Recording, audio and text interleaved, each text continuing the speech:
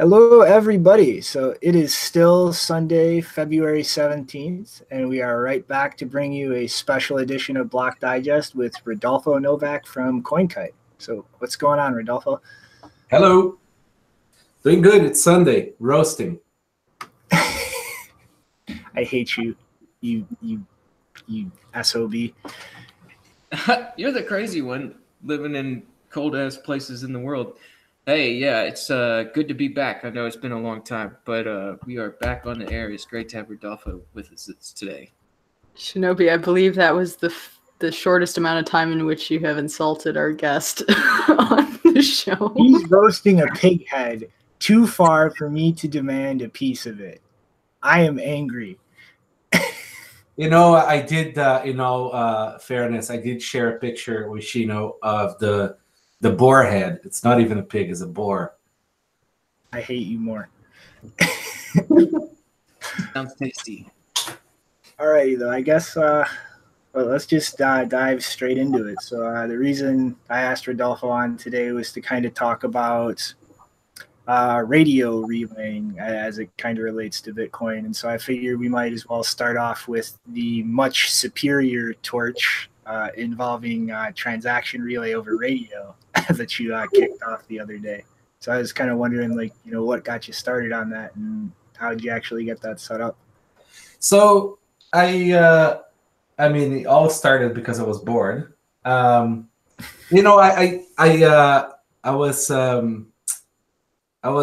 bumped into FT8, which is a protocol for you to send keyboard to keyboard, as the hams describe it, on lower frequencies, right? So like 160 meters, 80 meters, 40 meters, all the way up to, say, you can you can use it on higher frequencies like VHF and UHF, but the real fun of this keyboard to keyboard thing is to use it on low frequencies, because low frequencies travel very far with very little power.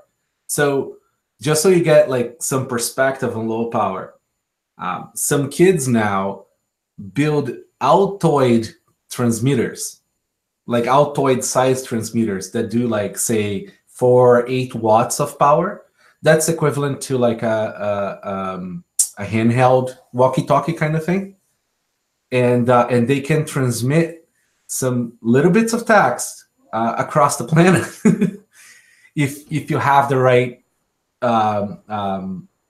weather conditions, or not really weather, but the right electromagnetic conditions on Earth that day. So you can literally build one of those skip radio setups the size of a tin of Altoids.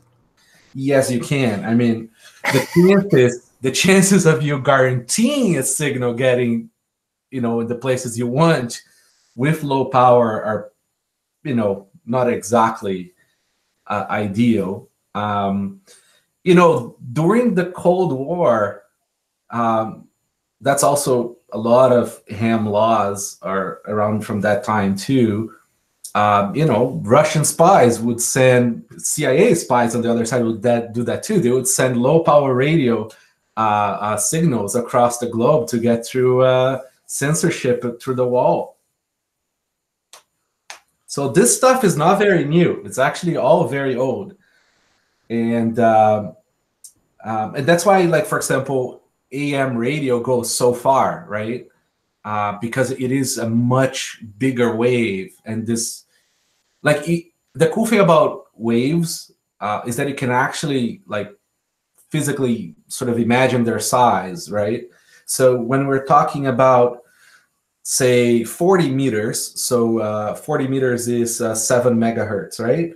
So it's an actual wave of 40 meters in size. It's very tall wave. And what happens is when you have a wave so big, it doesn't fit inside anything. So it just bounces, right? So what you do is when you have ionized atmosphere, it doesn't let the wave go back out into space, so it reflects it back. and that creates a skip. So it goes boom, boom, boom, boom, up and down, and then it hits somebody on the other side. So you can really like literally bounce that across continents if necessary. Like let's say like you were in China and they literally just shut the whole internet down and you had to move Bitcoin. You could just bounce that over to North America and somebody would be able to push that to the network. Yeah, I mean, so, these modes of operation are, like they do require a little bit more technical understanding, and they are not as reliable, but they're definitely possible, and that's what's so cool about it. And another nice thing is that if you're doing low power transmission, it's very hard to track you.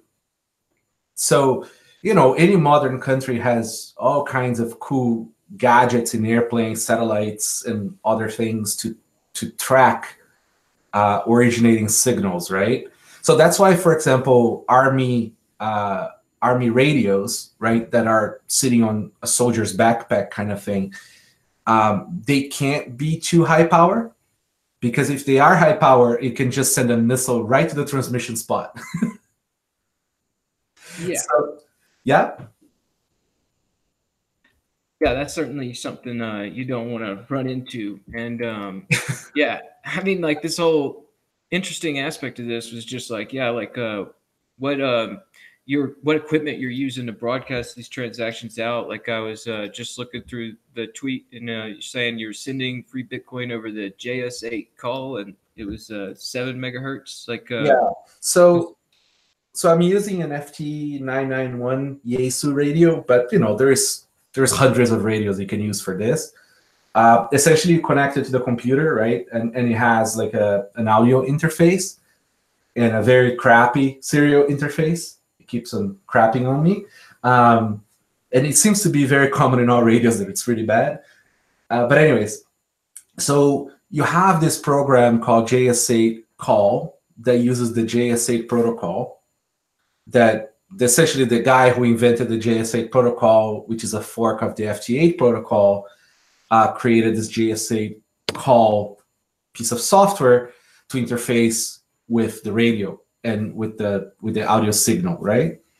And what it does is it reads this specific modulation at this these different frequencies that you choose which one you want to be on. So let's say you're monitoring 40 meters, right? So it's going to be reading. It's going to be monitoring the signal space of like I think it's 7 megahertz and 0.078. Anyways, so it's going to keep on monitoring, right? And as it receives a signal from this specific modulation, it's going to convert that into text, right? Because the person on the other side is going to be using the same protocol, right? And what's cool about this one is, so FT8 protocol allows you to send, I think it's 75 bits every 15 seconds. And there is like a lot of error correction there and all this stuff.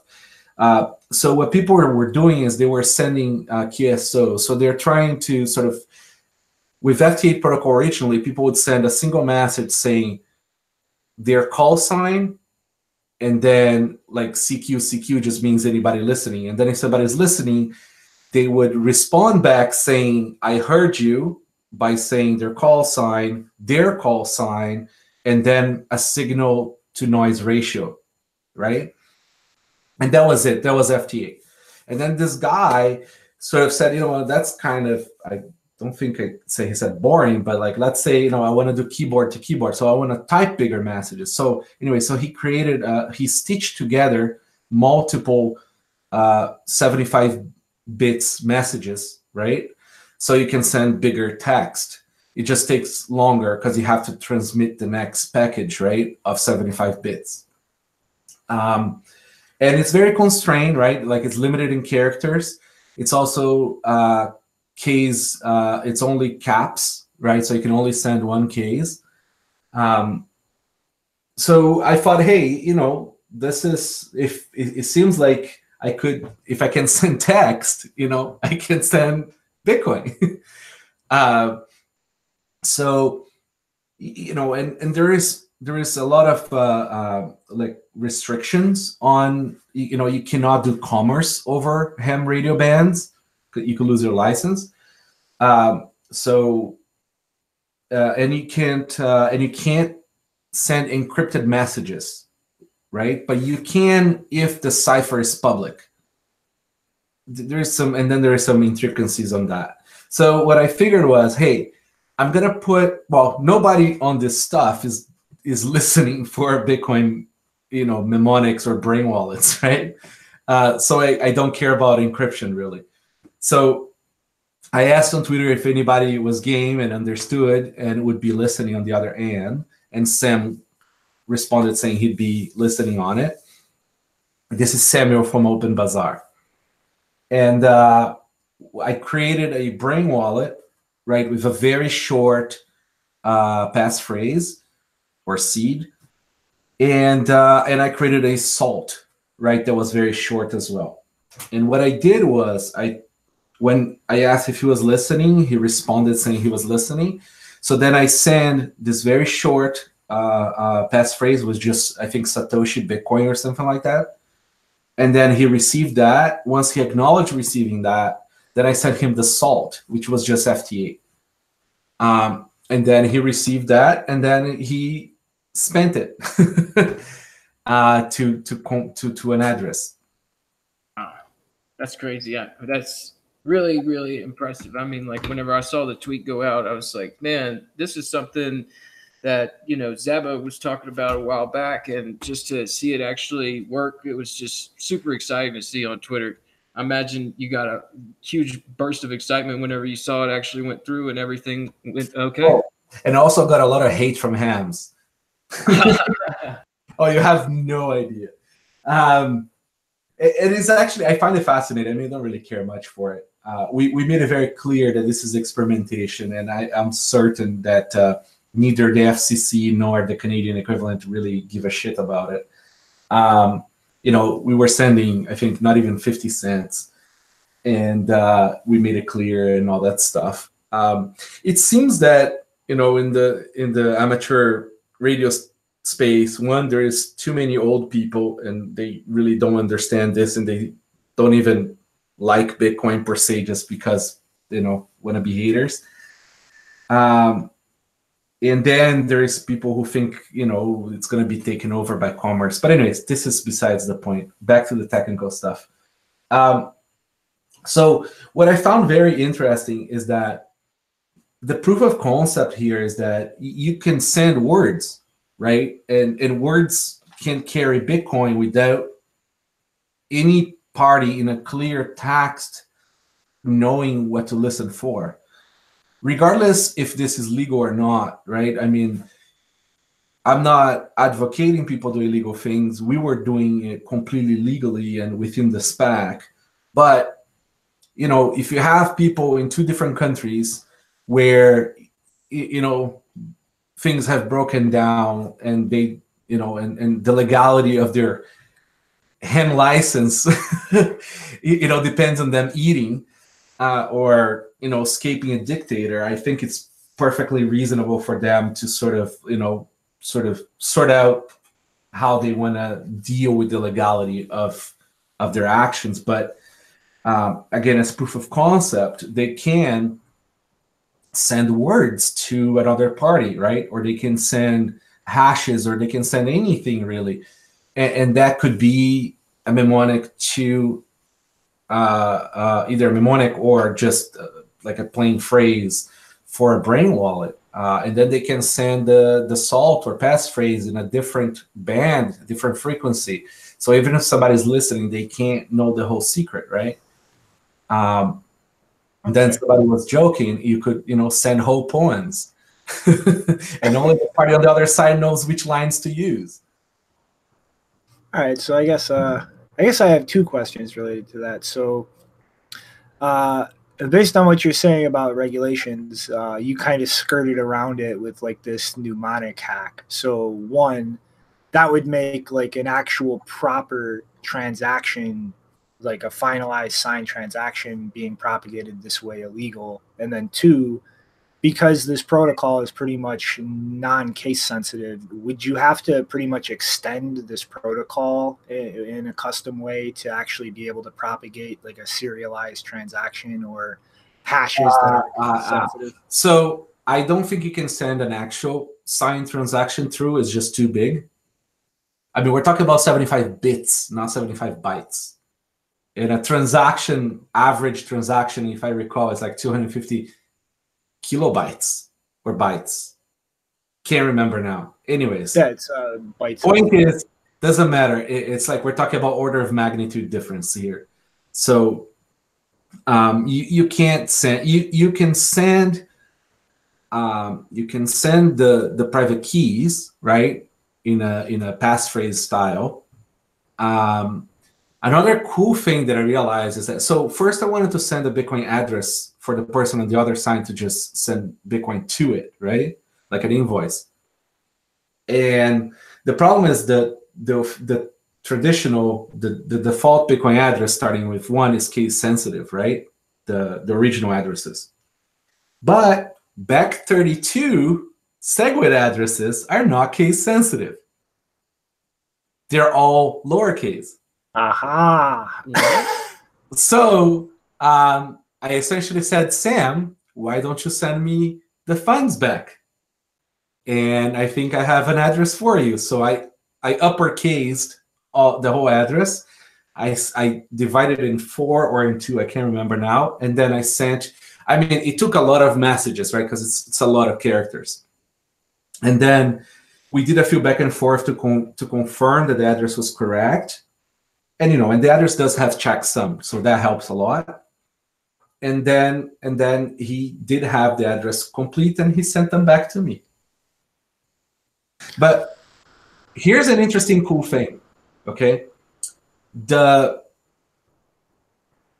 transaction was not done over amateur radio. The transaction was still done through the internet. The radio was used as a means of like coordination on the second attempt, right? We coordinated which address for him to send the funds to. And on the first one, the coins were already transferred to that key. It would be the equivalent of giving him access to the bank account, not making a bank account transaction. Mm-hmm. I found that to be interesting as a nuance onto how this would play out in a court of law or something. Yeah, it was kind of a real indirect hack around with a lot of ambiguity as to what you actually did. It kind of threw the community of ham radio a little bit in a spin. Mm-hmm. But one thing I do kind of want to circle back to a bit is like the size of an actual like complete transaction. Like I know like that is a huge difference in size, but I mean, wouldn't really the only kind of limitations in doing that essentially be the time it takes to propagate it? Well, you end in an error correction hellhole, right? Because you actually, you know what? I think if you're doing a non-SegWit, if you're doing a simple Bitcoin transaction, right? So one UTXO to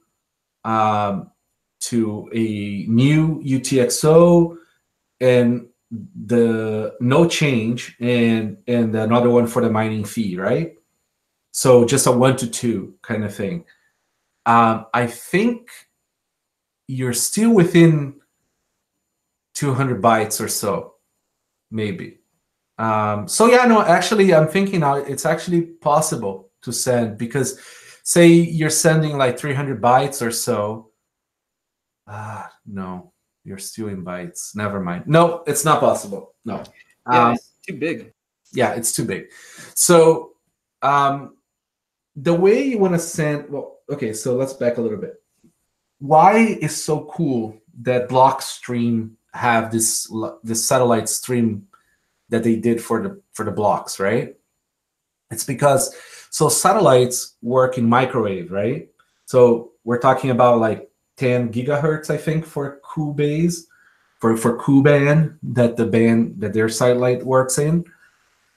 And when you're talking about those high frequencies, you have a lot of bandwidth, right? Because the bandwidth is a function of the speed of your waves, right? So more waves per second, you have more data to send. So for block data, you want to do microwave at least. Now, the issue with microwave is microwave gets absorbed by everything, right? That's why you put pizza in the microwave and it gets heat up, because the pizza absorbs those waves and then the water resonates and it makes it hot. Now, imagine you have a device in your hand that sends a lot of power with a microwave. You're going to cook your hand. Now, exactly. So it's okay to have microwave in very controlled systems, right? So satellite is beaming those microwaves down. You have a dish that is very sensitive and amplifies that, and you can read it. Now, because it's coming from space down, there is no buildings, there is nothing between, you and the satellite. That's why, like, satellite TV, when the weather is really, really bad, it's no go, right? Because even just the clouds or, some other interference in the air will get in the way. But, if you're trying to have a microwave dish between your house and another house, it's very directed. So it doesn't really work, right? Like microwave doesn't scale in terms of like mesh or point to point. It's terrible for that. That's why it's very specific. Now, you don't really have a good way of sending a lot of data in a mesh style. And that's still an open problem, right? You can have like WiMAX maybe, but WiMAX is still maybe like 10 kilometers. You can do Wi-Fi with a bit of more power, but it's still issues. So I don't think we have a solved solution around that yet. One thing I'm pretty excited about is LoRa WAN. LoRa, you guys heard of GoTenna, right? Oh yeah. Okay, so GoTenna is a form of closed LoRa. So it kind of uses the same tech. They do have advanced tech on their end. Those guys are fairly well funded, and they're making military communication stuff. But it's still a closed network, right? Theoretically, they could do all kinds of shenanigans, block a bunch of stuff. So the cool thing about the open LoRa WAN is that you can buy like a few dollar modules that can do LoRa well. And LoRa is spread spectrum. It's a very advanced way of doing like radio propagation. It also works in different frequencies. Right now in North America, I think in Europe too, we're bound to just one of their frequency bands. I think it's, can't remember now, maybe 600 megahertz. Anyways, so in 600 megahertz, you have more bandwidth, right? You should have enough bandwidth. Actually, you do have enough bandwidth to send transactions, to send emojis. That's why the GoTenna app you can use with like full text between each other. So I think the LoRa WAN will be the solution for transaction propagation. I wouldn't say for blocks, because that's too much data. We're talking about the megabytes now, right? Maybe you can get the whole block pushed out by the time the next block comes in. I haven't done the math on it, but it's not impossible. But with LoRa WAN, which is UHF, you can theoretically broadcast something within, say, 5 kilometers. And 5 kilometers is right around where it's like perfect spot for mesh nets, right? So you can have every 5 kilometers, you can have a repeater that then sort of reflects that to the next 5 kilometers. And you can have some high power repeaters too. And that means you could propagate like a reasonable Bitcoin network for transactions and even cross borders, because 5 kilometers, you have a border in between the two. You can be 2 kilometers away from the border and still propagate to the other side. So in a mix of multiple modes, we can definitely skip censorship, and that's why it doesn't concern me anymore. I think that if a country gets cut off from the internet, it's going to suck. YouTube won't work, but you should be able to get transactions in and out in a mixed mode, right? So they could get their block data from the satellite, and then they can send their transactions out via LoRa or something like that, or SMS to the next country besides, that then pushes that back into either the satellite API or back into the internet. You can also have like LoRa bridges that will bridge the internet back to some relay nodes. I honestly think that the boat now has sailed in terms of like absolute censorship. Because one of the biggest reasons that I, at least, I'm kind of looking at a lot of like these radio-based propagation methods is the risk of like network partition. And like, you're saying on some of these low band frequencies, like even a transaction would be too big.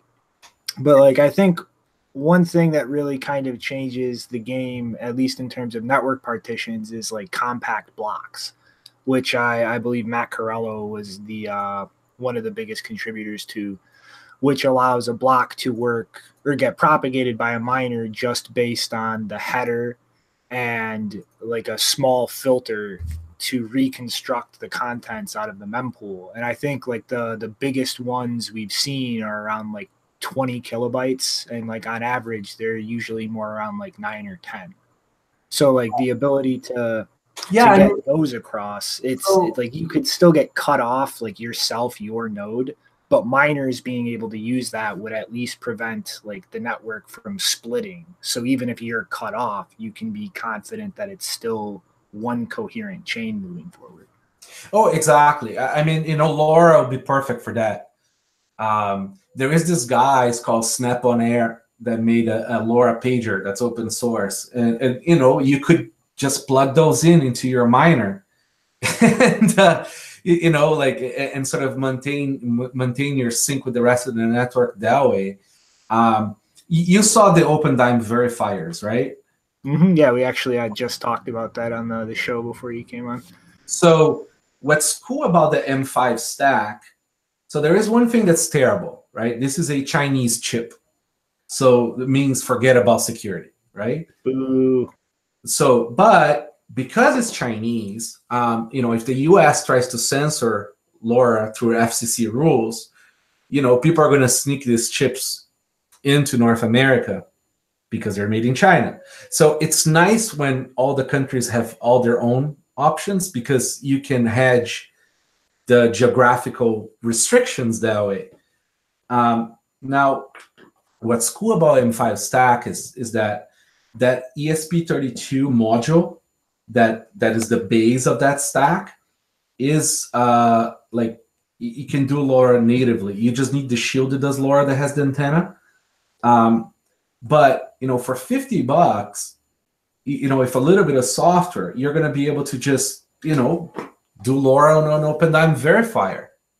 I mean, you could sweep the thing, if you kept a copy of the ETXOs, build a transaction, and then just broadcast it via LoRa, and then somebody else with, say, Samurai Wallet, with a LoRa module on their phone or something, could just broadcast the transaction for you. And this platform also has Wi-Fi, so maybe this transaction gets reflected by a few different devices ended up at one that's Wi-Fi connected to the internet and just broadcasts for you, right? I think this mixed mode really sort of solves a lot of that problem. Mm-hmm.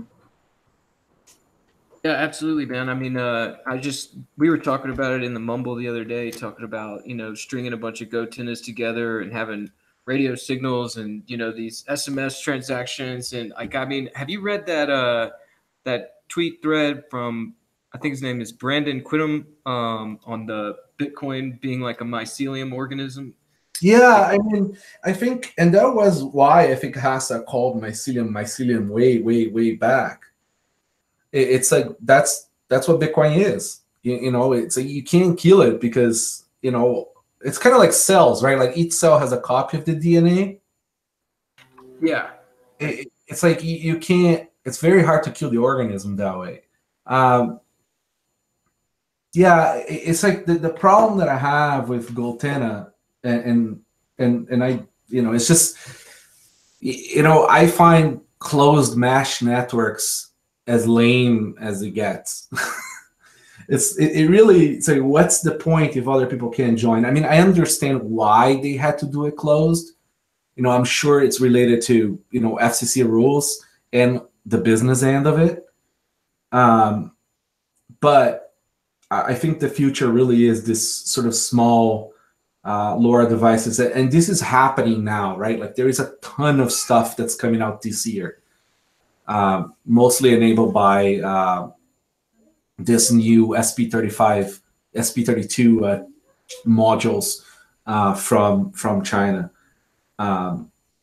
Yeah, that's next on our to-do list is put LoRa on the M5 stack that we have already for the verifier. But I mean, I honestly hope that other people with more time sort of take on the M5 stack LoRa Bitcoin stuff. I think it deserves a lot of love. Mm-hmm. And I mean, that propagation mechanism can go beyond just like a on-chain transaction too. I mean, you could start negotiating Lightning payments over that, or passing around Chaumian tokens with like onion encryption on them. Like that's for sure. I mean, it's fascinating to me why the Lightning people haven't looked at this stuff yet. I mean, this M5 stacks little boxes are like, they're like ultimate lightning machines, because if you're doing low amounts, you don't care about the security of the device that much, right? I mean, to be fair, this is not that much like less secure than a Trezor hardware wise. I mean, it's still just a general purpose CPU, the same as Trezor is. If somebody puts some work into hardening the firmware, it's possible that this is this is as safe as a Trezor eventually. But then, you could also make an extra stack. That's the way these things work in the GPIO, and you can put like an actual secure element talking to it. We were looking into putting a 508 or a 608, the same secure elements we use on OpenDime or a Cold Card, so that you could have a secure stack on this China Swiss cheese, and then you're good to go, right? I mean, even for bigger amounts, theoretically. It's super expansive. That's why it's so cool. You have a screen, so you have a nice mode of self-verification, and you can get like keyboard stacks for this thing. It's a lot more interesting than say like a Raspberry Pi or things like that, because you have the whole UI, the whole battery thing. It's low power in your hands. It's like a very portable device. Mm-hmm. And I mean, that's exactly where we need to be moving towards. Like, this is like, it's you kind of broke my heart a little bit when you went through some of the math with me, and at just how low throughput like some of these really low wave frequencies are, because it's like, I'm of the mindset that if we can't keep the Bitcoin network functioning, if the internet gets shut down or World War III starts breaking out and screwing with the infrastructure, then like, what are we doing? Like, we're still leaving throat exposed in the long term when we really start growing. Well, I mean, if you're talking about resiliency, like, get your ham license. These are the only people going to be on air. I think people greatly underestimate the value, sort of like the ingenuity you can have with pre-validated UTXOs. Right? That's why we created OpenDime the way it is. The idea was, how can I transport a UTXO from me to another person without having to trust who can sign that UTXO, right? So you have all these UTXOs sitting like verified on the blockchain. So like, how can we move them around without having to make a new transaction? I find that like super fascinating, because the transaction is what have like inherent cost, right? That's when you're actually moving the bytes in the chain. So if you're just moving something that's already sort of like just has to sit there, I think that would be a lot more interesting. I mean, Lightning does some of that. It is like a clever way of handling UTXOs. I think there will be more things like showing up when smart people that are way smarter than I am, like sort of, hey, I can transport a UTXO this way with some crazy cryptographic primitive that doesn't alter the original Bitcoin value, right? Things will get a lot more interesting. Mm-hmm. I mean, like, look at oh my God, I feel like a dick now, but Ruben, I think the guy who helps organize the Seoul meetup in South Korea, and his state chain idea that he came up with recently. And then, like some of the discussions going on with expanding the SIG hash flags, with the SIG hash no input proposal, like there's talking about more general expansions of that. And I think like that's going to open up a whole new realm of like what you can do on second layers. For sure. I mean, if there was a proposal that was realistic to, decrease Bitcoin blocks to 30 kilobytes, I'd be all over that. So would I. But, I think the boat has sailed, right? Like in terms of ever decreasing the block size, at least for the next, say, at least like even with me, I have no energy to argue this stuff for at least another year. Maybe in a year or two from now, we can sort of make some new hats, but,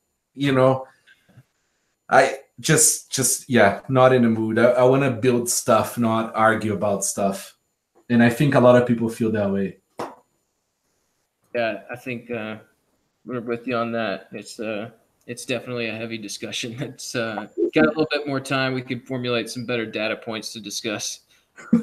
Yeah, I mean, I was all for like supporting Luke in his push, and I'm still kind of on the fence about it. But I mean, it's just so clear at this point, like the amount of backlash and like people putting their foot down. That's like I don't even think it would be worth the energy. And like I was one of the first people to jump and go like, yeah.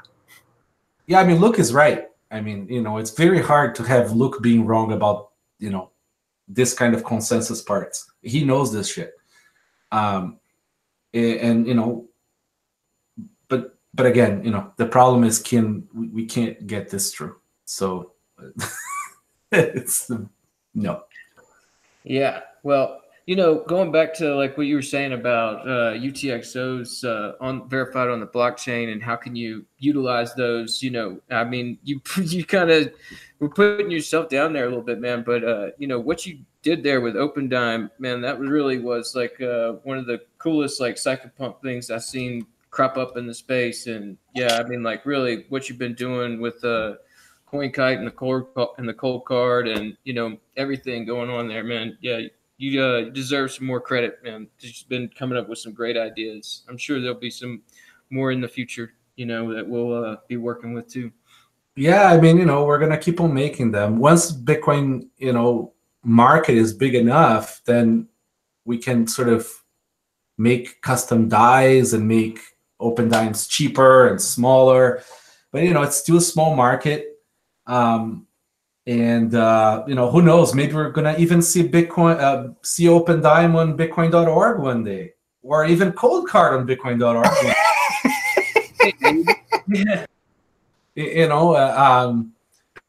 It's just fascinating that what is it, like open dime is like almost 5. It's gonna be 5 years, I think, this year or next year, and hasn't really been hacked. And there's hardware wallets there that have been hacked. Some of them every 6 months, still sort of sitting there. Yeah, no, it's an interesting space to say the least. Yeah, man, it was great. I used to, or not used to, I run these meetups, and I used to pass them out after each meetup. I used to like have some open dimes, and I would like do a giveaway for one of the open dimes, and everybody would get real excited.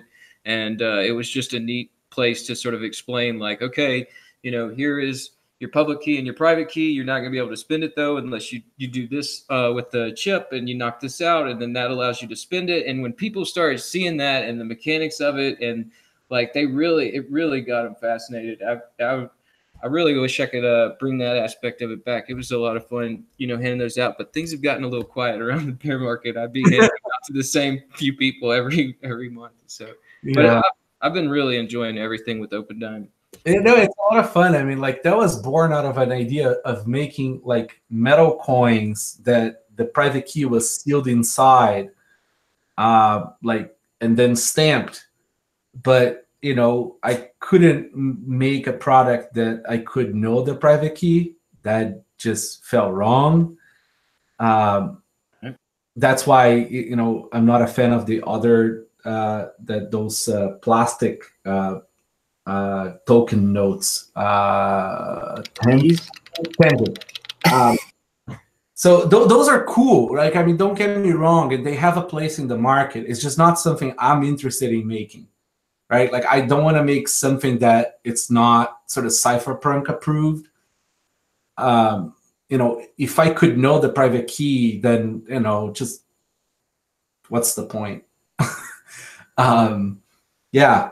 So I think people will come up with some cool things, and I hope they can make a business around it so they actually make it happen, as opposed to making closed things. They either work with Bitcoin 1.0 or, meh. Going back to what you were just saying about Bitcoin.org not listing, I recently noticed that Wasabi got added. So it's not like they're unwilling to add new types of wallets or devices. So what do you think the reason is that you haven't been listed? I think it's like a mix. They say that they have a high bar for adding hardware wallets. The time has passed. We haven't been, like hacked in any meaningful way like the other wallets have, and they're still listed. We have not. Maybe pissed off enough people. I don't know. I also don't have the right kind of patience to, wiki lawyer people either. Open Dime, the makers of another hardware wallet, were very pissy about it when it came out, because who knows if they saw it as competition or because they didn't understand it. But it has no backup, right? But that doesn't diminish its value, for small amounts. And I think that's how it should have been there. I don't know. I actually completely gave up on Bitcoin.org. I really have no patience to deal with it anymore. I think it's a waste of our energy. Right. Kind of became a shit show over the time frame there. Yeah, I mean, I think there is a lot of egos, and it's like a lot of people, I don't know, made their personal identity be the job that they do there. I don't fully understand. I don't want to sort of piss on their project either. But, it's just a website, Jesus Christ, Yeah, I'm with you. I think, it's probably more to do with just attitudes and stuff like that than actual technicals. yeah. What's fascinating is that I also lost the opportunity of putting on when one of the forks also got shit showed by. Anyways, point is, I gave up. I don't really care about those websites. It's another point of censorship. It's another centralized crap. Yeah. Mm-hmm. I use Open Dimes all the time. I'm not stopping anytime soon. Yeah. That's ultimately, that's what I care, right? If people are buying my products, people like them. That's the people I care about. The people who write about it, I mean, that's if you make a living out of listing things, it must suck. So here's the real question: when are we going to be able to pass over an Open Dime across a radio relay? I mean, technically you can unseal it and send a private key. Touche. But just put it in the mail. People do that all the time. That makes it hard to track it.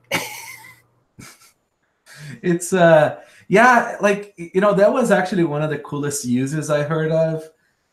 People selling Open Dimes on selling Bitcoin via PayPal. So in some countries, I don't know anymore if that's true or not, but I think it was okay to sell Bitcoin accepting PayPal. The problem was chargebacks, right? I mean, person pays a credit card, PayPal, and then just charges back because after they receive the Bitcoin, you're screwed. But what they were doing was they would initialize an Open Dime. They would write down the Bitcoin address. They would mail the Open Dime empty. And then they would get proof of receipt, right, on UPS. And then once they had proof of receipt, they deposit the amount.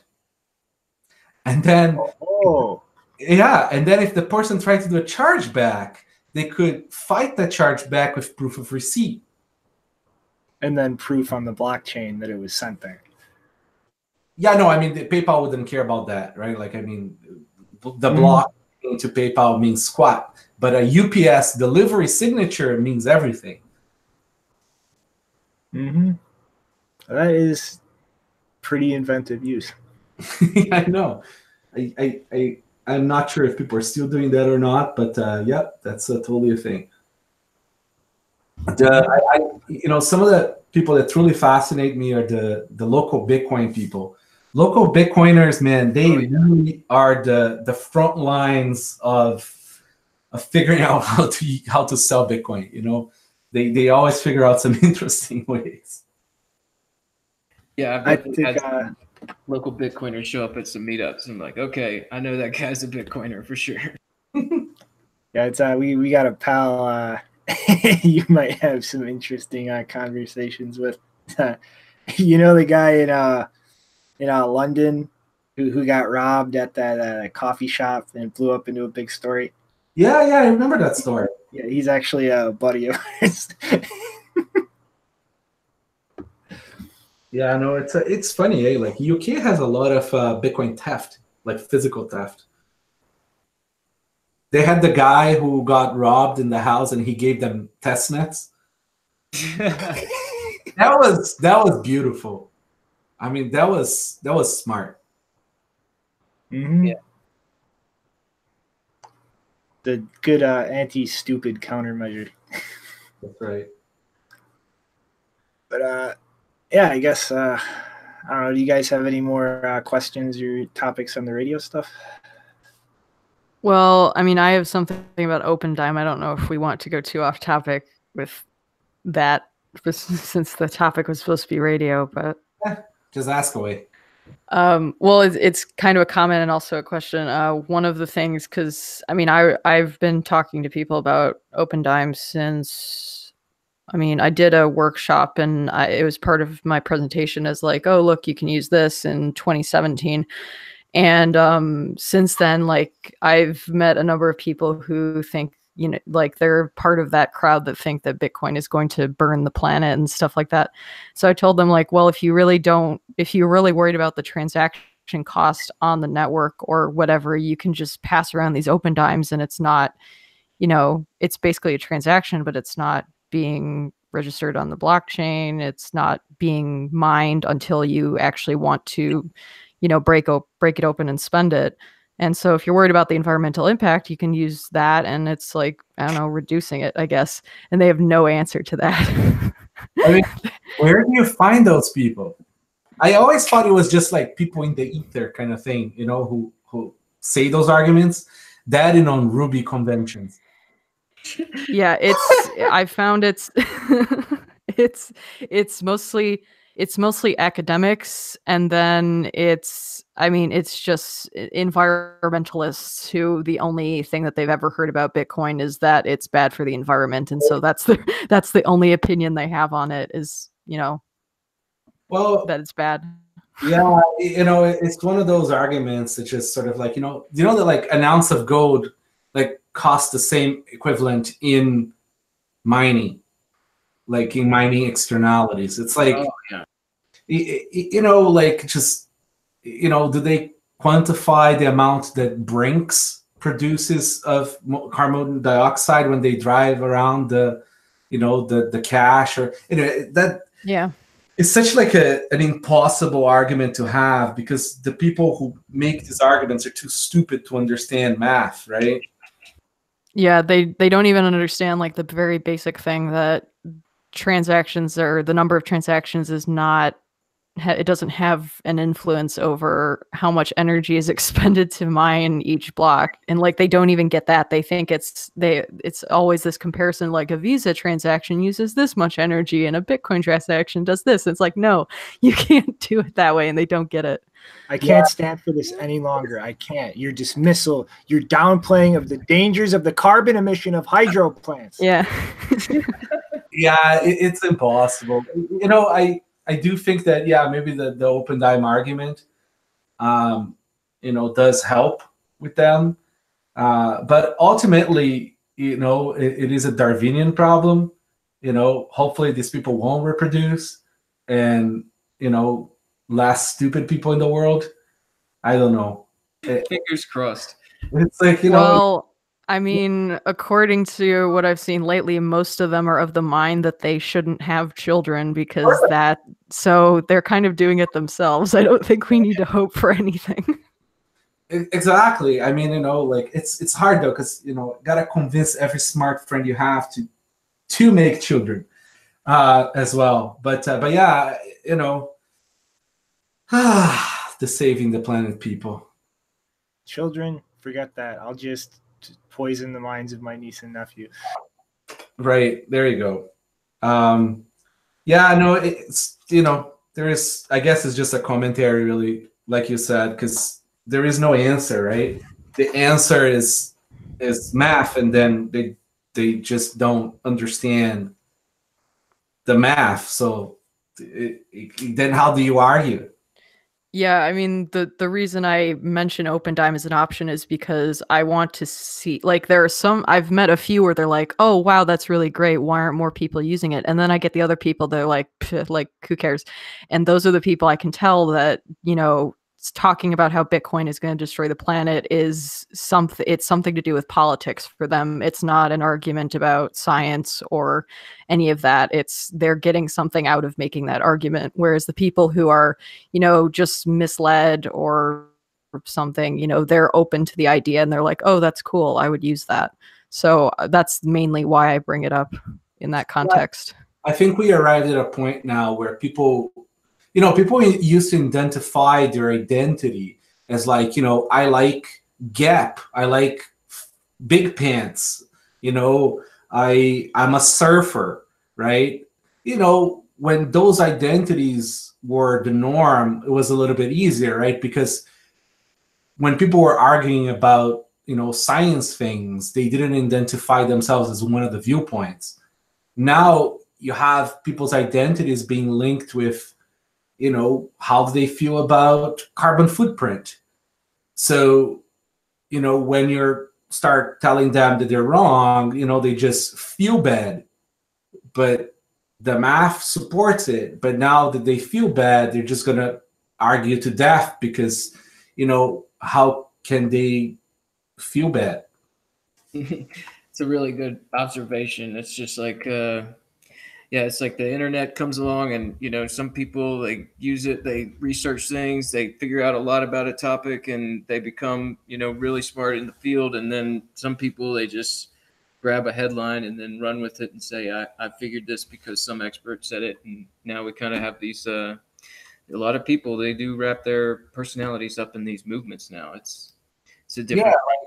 Yeah, it's not like I feel progressive or like I think progressive, or it's like I am progressive, right? Like it's like what are you a political thing? Like, no, you're a human being who eats and shits, like it's like you're not the political movement, it's use your brain. But I think we're sort of like past that point now. Yeah, well, I mean, I'll tell you, I'm cracking some brains whenever I got, one of your older open dimes on my keychain. It's been there for a long time. I'm like, man, I'm telling you, I cracked that. I like, people ask me, I'm one of those guys that keep talking about Bitcoin. I know a lot of people have gone past that phase, but I'm still there. And I'm still like, I'm bringing that thing out, showing people. And you could really see the way that they're like, oh, wow, I didn't think of security like that and before. So, yeah, once again, just like a shout out to Open Dime, man, you've done a lot for the space, and I mean, just helping me and explaining this whole process and the way that it's helping secure people's value. It's really a good explaining point to sort of like just point to something and be like, look, this is where it's secure. This is whenever it becomes spendable, and that's doing this public key, private key interaction. And it seems like because there's this mechanics involved, they really start to get it. Yeah, I mean, it's there. Like the coins are in here, right? That's how they see it. It's like the money is in a USB stick. They understand putting a Word doc in a USB stick, right? So now, like, they understand putting a Bitcoin in a USB stick. I have a disclaimer, though. If you have a friend who is prone to losing things, test them with an open one first, or an empty one. I gave one to a buddy for his birthday like 3 years ago, and it literally took him all of 10 minutes to lose it to never be found. Or don't put 1,000 coins in one and then call us saying, I forgot it in my pocket and now it doesn't turn on. It did happen, by the way. Oh, and, no, but guy was lucky. He flew over. We desoldered the secure element. Sorry, we desoldered the MCU where the stuff is, and then he was lucky, right? But we managed to get the way we design it is that if most of it fails, you can still get the private key out of the serial port of the main micro. So, if the main micro is still good, there's a good chance we can get it out. And we did get it out for him. Yeah, he was very happy person. Yeah, I don't think I've ever put more than $100. I know time before. Yeah, but another fun thing is that the Open Dime is 4 years old, right? What was the low 4 years ago for Bitcoin? Shit, you're down like $200-300. Yeah, $200, right? So if you had put, say, $200 a Bitcoin in it, and then you looked at this at the high a few months ago, it was definitely interesting. And it happens, right? I mean, like, there's a lot of people who have the old ones and they put real coins in it. So yeah, I mean, we created cold cards so that people don't use Open Dimes to keep them forever. It's not cold storage. There is no backup. And if you want to keep it as cold storage, then unseal and back it up, please. Mm-hmm. I mean, dude, like one thing, like I keep bugging you about, like if you made 3 packs where you could expose the actual raw key or the public key, you make some dirt cheap, redundant, like 1 of 3 multi-sigs. Oh yeah. Yeah, we thought about it, but you guys are the 3 people who are going to be the target market. Yeah, right. It's like, So the reason why we didn't even bother doing SegWit on OpenDimes is that OpenDime is the kind of device that, like, I call it like it's like a century device. It's the kind of device that you put it out into the world, and if somebody finds one, and it's still like not broken, right? They should be able to use any version of the Bitcoin software and still redeem it, right? So it is really, the original Bitcoin address key pair in it. We wanted to keep it very stupid simple, so there is no translation issues. There's nothing, because I know that Bitcoin is always going to be backwards compatible. It's kind of the whole point. So we wanted to use the most simplest way, so there's no way for you to fuck it up. Yeah, and I mean, like, I'm with you. It's it would be a great thing to see built, but you're right. It's like there's not much of a target audience for it right now. But that's going to change. I mean, things are still, I mean, we hear it a lot. People saying, it's still early on in this ecosystem and everything. And yeah, I think that's still, really true. I mean, we've grown a lot, but I mean, we've got a lot of growing to do. And the future, maybe that market will grow. We'll start to see more people understanding the value of open dimes and the way they can be used. Yeah, I mean, try out the M5 stack and build cool things in it. I think that marrying, like decentralized device like OpenDime with this sort of like handheld devices could do great things. Mm-hmm. All right, I think this was a fucking real good talk, and we're glad to have you on, Rodolfo. So I guess I'll leave you with one more question. What's 20 divided by 4? 5? You just did math on air. Oh, at least I got it right. All right, that would be a good one. Mm-hmm. Seriously, though, it's real awesome having you on, man. It's a real interesting talk. And I think, a lot of people should start go tinkering with radio stuff now. Yeah, get a ham license. I know the license is a statist thing, but still, get it so you can get all the gear and do stuff with it. Heck yeah, man. Thanks again for coming on, and thanks for everything you're doing with OpenDime and Cold Card and everything CoinKite. Hey, thanks for putting up a great show, guys. Mm-hmm. Got it. Well, toodaloo, everybody.